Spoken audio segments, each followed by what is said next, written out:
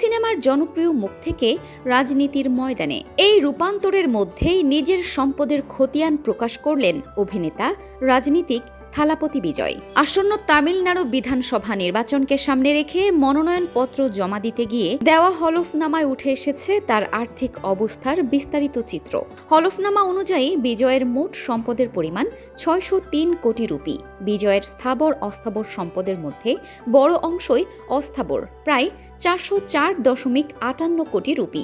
বাকি ১৯৮.৬২ কোটি রুপি স্থাবর সম্পদ। তার সম্পদের তালিকায় রয়েছে কোদাই কানালে কৃষি জমি আর চেন্নাই সহ বিভিন্ন জায়গায় বাণিজ্যিক ও আবাসিক সম্পত্তি।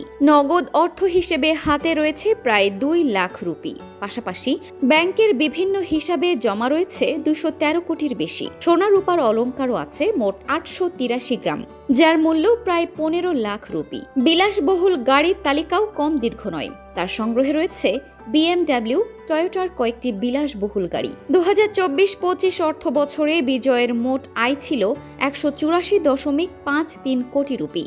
তার আয়ের উৎস হিসেবে উল্লেখ করা হয়েছে স্বনিযুক্ত কাজ, সুদের আয় এবং সম্পত্তি থেকে ভাড়া। বিজয়ের স্ত্রী সঙ্গীতাও আলাদাভাবে নিজের সম্পদের হিসাব দিয়েছেন। তার মোট সম্পদের পরিমাণ ১৫.৭৬ কোটি রুপি। এর মধ্যে অস্থাবর সম্পদ ১৫.৫১ কোটি এবং স্থাবর সম্পদ ২৫ লাখ রুপির। হলফনামায় আরও একটি গুরুত্বপূর্ণ তথ্য উঠে এসেছে। বিজয় বিভিন্ন ব্যক্তি ও প্রতিষ্ঠানে উল্লেখযোগ্য অঙ্কের ব্যক্তিগত ঋণ দিয়েছেন।